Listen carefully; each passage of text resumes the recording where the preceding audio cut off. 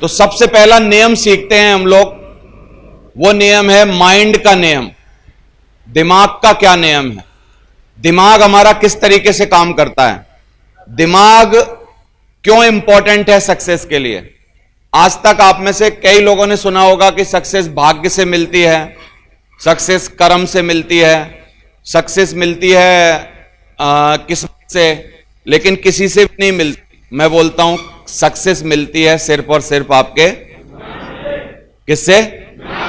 दिमाग से। सक्सेस के लिए हमको अपना दिमाग तैयार करना पड़ता है। हम सबको भगवान ने एक जुता हुआ खेत दिया है दिमाग के रूप में। कैसा खेत दिया है? जुता हुआ, फसल बोने के लिए एकदम तैयार। लेकिन हम लोग गलती से उसमें नकारात्मक फसलें बोते हैं और फिर फसल कैसी खड़ी हो जाती है? नकारात्मक। बचपन से हम लोगों ने काफी सारी बातें सुनी हैं। बचपन से हमने सुना है कि उतनी चादर बड़ी लंबी करो जितनी आपकी पैर, उतने लंबी होनी चाहिए।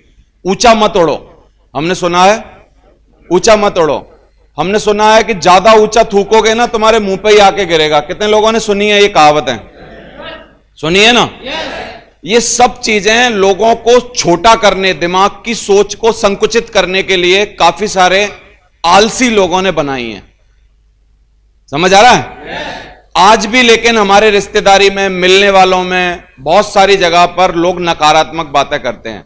अगर मैं आपसे ये पूछूं कि हिंदुस्तान में अगर 100 लोगों को अगर आप देखोगे, आपके रिश्तेदारी में, मिलने वालों में, जुलने वालों में, फ्रेंड्स में, सर्कल्स में, तो वहां पॉजिटिव ज्यादा लोग दिखेंगे कि नेगेटिव ज्यादा लोग दिखेंगे? नेगेटिव और पॉजिटिव क्या है पहले उसको समझाता हूं। मान लो कि ये बोतल है और इस बोतल में आधा पानी है, आधा, तो काफी लोग बोलेंगे कि ये बोतल में आधा पानी आधी भरी है। तो जो आधा भरापन देख रहे हैं इसका, वो लोग पॉजिटिव है, और जो लोग इसका आधा खालीपन देख रहे हैं वो कौन है? नेगेटिव है। सिचुएशन सेम है, बोतल तो आधी है लेकिन किसी को खालीपन दिख रहा है और किसी को इसका भरापन दिख रहा है। समझ में आ रहा है आपको? माइंड हमारा जिस तरीके से काम करता है, जैसे हम उसको इंफॉर्मेशन देते हैं उस तरीके से काम करता है। अब माइंड का एक बहुत इंपॉर्टेंट रूल है कि माइंड को, हमारे को कुछ ना कुछ टास्क चाहिए जीवन में, कुछ करने को होना चाहिए। दिमाग में कभी भी विचार आने बंद नहीं होते। एक साइकोलॉजी वाले बोलते हैं कि 64,000 विचार सुबह से लेकर शाम तक एक आम आदमी के दिमाग में आते हैं। कितने? 64,000। लेकिन उस आदमी की खुद के ऊपर डिपेंड करता है कि उसमें से पॉजिटिव कितने होते हैं। तो फिर जब सर्वे किया गया 1000 लोगों पर कि पॉजिटिव विचार कितने होते हैं 64,000 में से, तो आपको जान के ताज्जुब होगा 2400 विचार जो होते हैं वो सिर्फ पॉजिटिव होते हैं।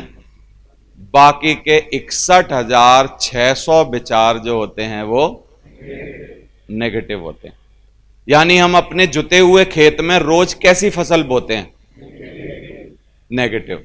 किसी को प्लान दिखाने गए, पहले ही सोच लेते हैं वो तो जुड़ेगा नहीं, जाऊं कि ना जाऊं, फालतू है उसके पास जाना। जीवन भर हम नेगेटिव नेगेटिव नेगेटिव नेगेटिव, बहुत सारा नेगेटिव नेगेटिव करते रहते। लेकिन इस बिजनेस में आने के बाद आपको पॉजिटिव होना जरूरी है। सबसे पहले अपने दिमाग पर किस तरीके से काम करना है। दिमाग अगर आपका सही काम करने लगा, इसका मतलब आप सक्सेस की तरफ जाओगे। तो नंबर 1 रूल है दिमाग का। दिमाग का रूल है कि आप सपने देखो, सपने बनाओ, अपनी औकात से ज्यादा सपने देखो, बड़ी बड़ी बातें करो, बड़े बड़े सपने बनाओ। बड़ी बड़ी बातें और बड़े बड़े सपने बनाने में किसी का कुछ जा रहा है क्या? आप मेरे को बताओ। कोई टैक्स लग रहा है? लग रहा है क्या? नहीं ना। आपका बच्चा अगर कुछ बोल रहा है बोलने दो, पत्नी कुछ बोल रही है बोलने दो, जो भी आपकी कोई मजाक उड़ा रहा है उड़ाने दो, क्योंकि हर सपने देखने वाले का मजाक उड़ाया जाता है, आपका भी उड़ाया जाएगा। लेकिन आप बड़ी बातें सोचो, अपनी औकात से बाहर की बातें सोचो। अभी आपकी औकात से बाहर की 10 बातें आपको अपने लिए कम से कम लिखनी है। यह मेरा होमवर्क है आपको, घर का काम। समझ आ रहा है? औकात से बाहर की, यानी आपकी औकात में नहीं है। अभी फिलहाल की परिस्थितियां देखी जाएं तो आपकी औकात में नहीं है 15 लाख रुपए की कार में चलना। है किसी की में? नहीं है ना? लिखो। लेकिन मेरी पहली कार 15 लाख रुपए की होगी, मैं 15 लाख की में चलूंगा। अगर 15 लाख की पहले से ही चला रहे हो तो 50 लाख की लिख लो। लिखने पे कौन सा टैक्स लग रहा है?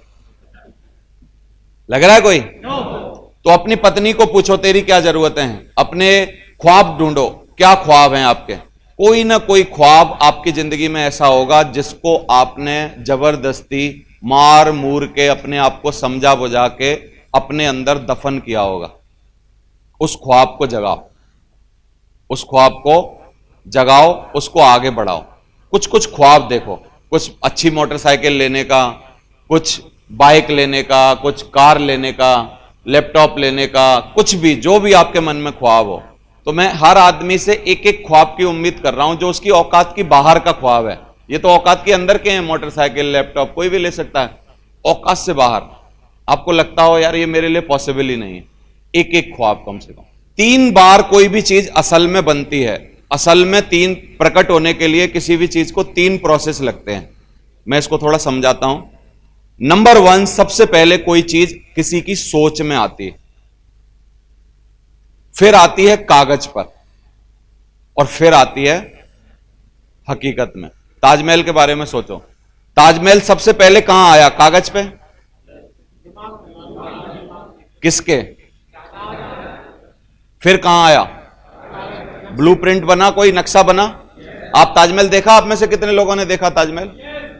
ताजमहल अगर आप देखोगे और उसके बारे में गाइड लेना जरूर जाओ, जब भी ताजमहल के बारे में एक गाइड लो, 100, 150, 200, 500 रुपए में गाइड मिल जाता है, और वो गाइड बताएगा आपको ताजमहल की खूबियां। जब आप उन खूबियों पर विचार करोगे ना, आपको लगेगा यार ये क्या चीज बना दी शाहजहां ने। चारों मीनारें ताजमहल की जो हैं, तो कुछ कोण पर इधर की तरफ टिल्ट हैं, बाहर की तरफ, चारों, अंदर की तरफ नहीं है। उसका लॉजिक क्या है?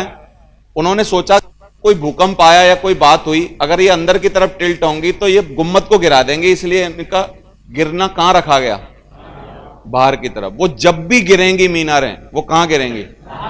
बाहर की तरफ। समझ आ रहा है?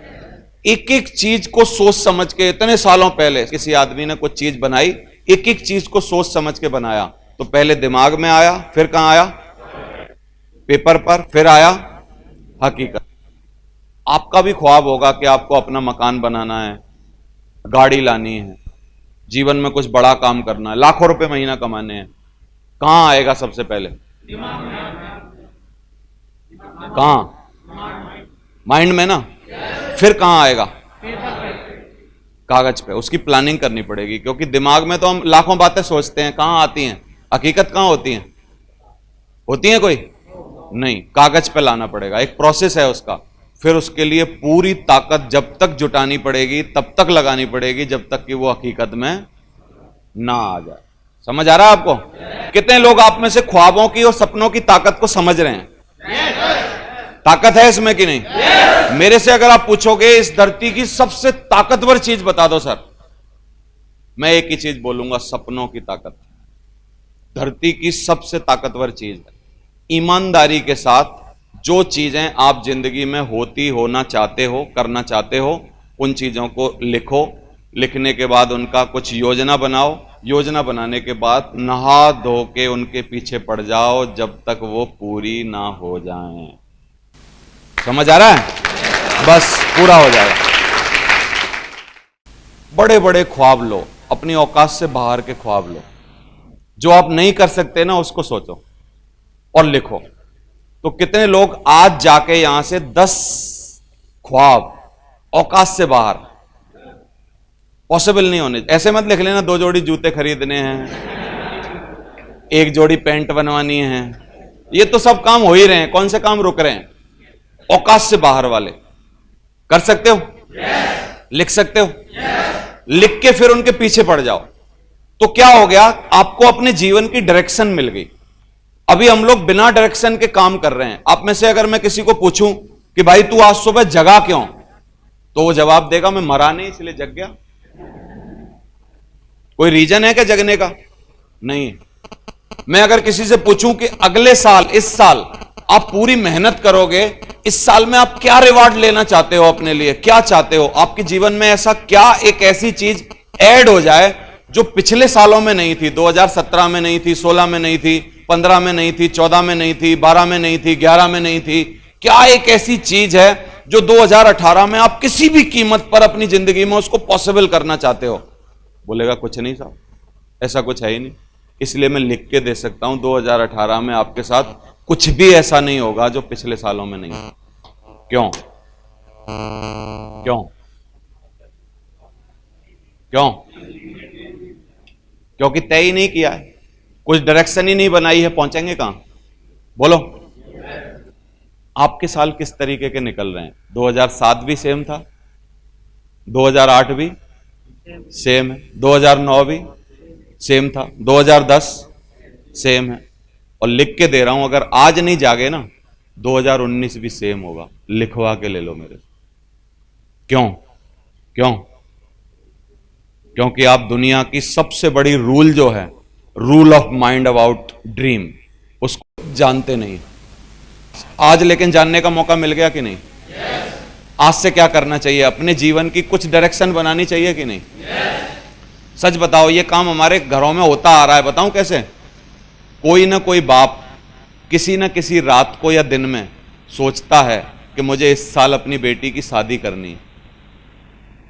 सोचता है? सोचता है, पहले सोचता है तो फिर अपने रिश्तेदारों से पूछना चालू करता है, कोई लड़का हो ढंग तो बताना, कोई लड़का हो ढंग तो बताना, कोई लड़का हो ढंग तो बताना। बताते बताते लोग बताते हैं, फिर बेचारा छुट्टी लेके संडे के दिन बस में बैठ के कहीं जाता है, लड़का देख के आता है, करता है करता है करता है, 2-4-10 जगह रिजेक्ट होता है। कहीं उसकी औकात से ज्यादा मामला दिख जाता है तो वो सोचता है मैं ऐसे घर में तो शादी कर नहीं पाऊंगा, पैसा नहीं है। फिर वो सोचता है कि मैं इस तरीके के लड़के से करना नहीं चाहता हूं। फिर कहीं लड़की पढ़ी लिखी मानते हैं तो उसके पास होती नहीं है, कहीं ज्यादा पढ़ी लिखी होती है तो लड़का उतना पढ़ा लिखा नहीं होता है। कुछ ना कुछ मामले उसके कैंसिल होते रहते हैं, कैंसिल होते रहते हैं, कैंसिल होते रहते हैं। लेकिन हर परिवार में हर बाप कभी ना कभी डिसाइड करता है कि मैं अपनी बेटी की शादी करूंगा। हो सकता है उसने तय किया इस साल करूंगा, लेकिन अगले साल हो जाए, क्या बात है, हो तो गई ना। मुझे लेकिन एक बात बता दो, सारे लोग जितने आप बैठे हो, कौन सी ऐसी चीज है जो बिना डिसाइड किए हो जाती है? सत्यनारायण की कथा भी नहीं होती बिना डिसाइड किए। कितने लोगों ने अपने घर में कभी सत्यनारायण की कथा करवाई है? उसके लिए भी पंजीरी बनानी पड़ती है, सोचना पड़ता है, पहले तो पंडित जी से टाइम लेना पड़ता है। बोला पंडित जी से टाइम लेके आओ भाई, कब करानी है। होता है कि नहीं? बिना डिसाइड किए तो एक बच्चे की बर्थडे पार्टी भी नहीं होती, वो भी डिसाइड करनी पड़ती है। तो आपने अपने जीवन के लिए क्या डिसाइड किया है? What direction? क्या डायरेक्शन? अभी तक आप में से 93% लोग जानते ही नहीं कि उनके जीवन की डायरेक्शन क्या है, वो क्या बनना चाहते हैं, इस साल वो क्या करना चाहते हैं। 2018 जाने देने से पहले, खत्म होने से पहले, वो अपने जीवन में कौन सा एक ऐसा अचीवमेंट है जिसको वो जोड़ देना चाहते हैं, जिसको वो कभी भी जीवन में कभी भुला नहीं पाएंगे। तो ड्रीम देखो, ड्रीम देखो। ड्रीम की परिभाषा जब मैंने देखी कि ड्रीम की परिभाषा क्या है, तो आप देखना, ड्रीम में ये जो वर्ड है ना 5, D for dedication, R for responsibility, E for education, A for attitude, M for motivation. ये 5 चीजें अगर किसी का कॉम्बिनेशन बन जाए, खुद के अंदर वो डाल ले, तो वो आदमी अपने सारे ख्वाब जिंदगी में जो देखेगा, वो सारे के सारे ख्वाब चाहे तो पूरा कर सकता है। समझ आ रहा है? डेडिकेटेड हो जाए किस बात के लिए? जो उसने ख्वाब देखा है उसको पूरा करने के लिए दृढ़ निश्चय कर ले, पक्का कर ले, पक्का कर ले। और रिस्पॉन्सिबिलिटी ले ले कि ये जो थाईलैंड जाने का जिम्मेदारी है वो किसके कंधों पर है? सिर्फ मेरे कंधों पर, मुझे जाना है। क्योंकि जब रिवार्ड आपको लेना है, अवार्ड आपको लेना है, तो मेहनत किसको करनी पड़ेगी? आप ही को करनी पड़ेगी। तो ऐसे रिवार्ड ले ले, रिस्पॉन्सिबिलिटी ले ले। इसके लिए एजुकेशन ले ले। एजुकेशन मतलब प्लान दिखाना पड़ेगा तो प्लान दिखाना सीख ले, प्लान दिखाना पड़ेगा तो सीख ले।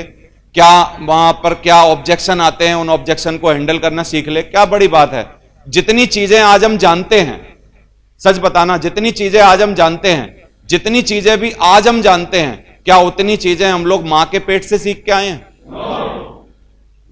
बोलना धरती पे आके सीखा, चलना धरती पे आके, पानी पीना धरती पे आके, और इंग्लिश में लिखना ड्राइविंग करना, गाड़ी चलाना, एक प्लान दिखाना और सीख लो, क्या तकलीफ आ रही है? एक और सीख लो ना।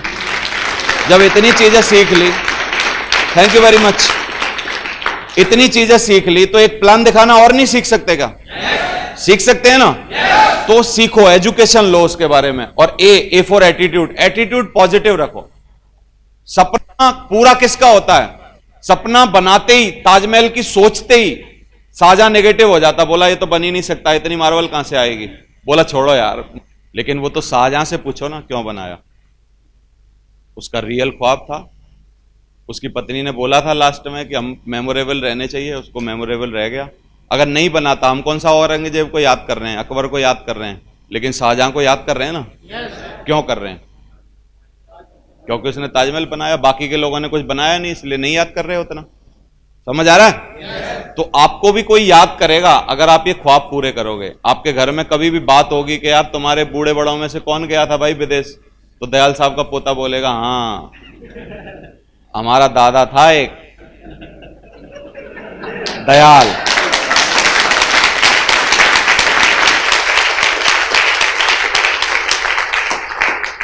बेटा सबसे पहले गया था जब तुम्हारे बाप दादे यहीं गाजियाबाद में घूम रहे थे ना।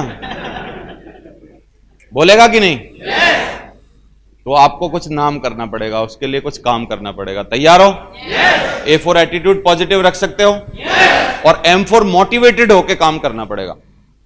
मोटिवेशन की परिभाषा क्या है? नीड प्लस फेथ बराबर मोटिवेशन। कोई चीज की आपको जरूरत है प्लस उस पर फेथ है, मैंने बिलीव नहीं बोला है, need plus faith. Need plus faith बराबर क्या है?